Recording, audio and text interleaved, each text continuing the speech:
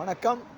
செவ்வாய் பகவானின் காரகத்துவம் என்னன்னு பார்த்தீங்கன்னா, வீரம், விவேகம், வெற்றி, கோபம், ரத்தம். அதே மாதிரி பார்த்தீங்கன்னா, கணவன் அப்படின்னும் சொல்லலாம். அப்படி இல்லைன்னா, இளைய சகோதரர்கள் அந்த வழியிலும் எடுத்துக்கலாம். இந்த விஷயங்கள் எல்லாம் செய்யக்கூடியவர் செவ்வாய் பகவான். அதாவது ஒரு நாடு நல்லா இருக்குது, ஒரு வீடு நல்லா இருக்குது, பூமிகாரகன் அப்படின்னு சொல்லலாம் இல்லையா? பூமிகள் சேரும், சொத்துக்கள் சேரும். அவர் மனசு வச்சாதான். வேறு யாருக்கிட்டனா இப்போ குருக்கிட்டேருந்து வாங்கி கூட குருக்கிட்டேருந்து புகை கிடைக்கும், புகையில் பணம் கிடைக்கும். அதை வச்சு சுக்கிர பகவான் வாங்கிடலாம். ஆனால் பூமிகாரகனையும் கர்மகாரனையும் வாங்க முடியாது. அது நல்லா புரிஞ்சுக்கிறேங்க. இது 2 விஷயங்கள் நல்லா புரிஞ்சுங்க. செவ்வாய் கொடுக்குறதையும் கெடுக்கிறதையும் யாராலும் கொடுக்க முடியாது. அதே சனி கொடுக்குறதையும் கெடுக்கிறதையும் யாராலையும் கொடுக்க முடியாது, கெடுக்க முடியாது.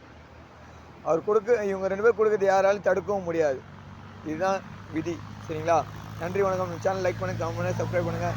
அடுத்தடுத்த வீடியோவில் லக்னம் முதல் 12 பாகங்களே அவர் இருந்தால் என்ன பலன் அப்படின்றத பார்க்கலாம். நன்றி, வணக்கம்.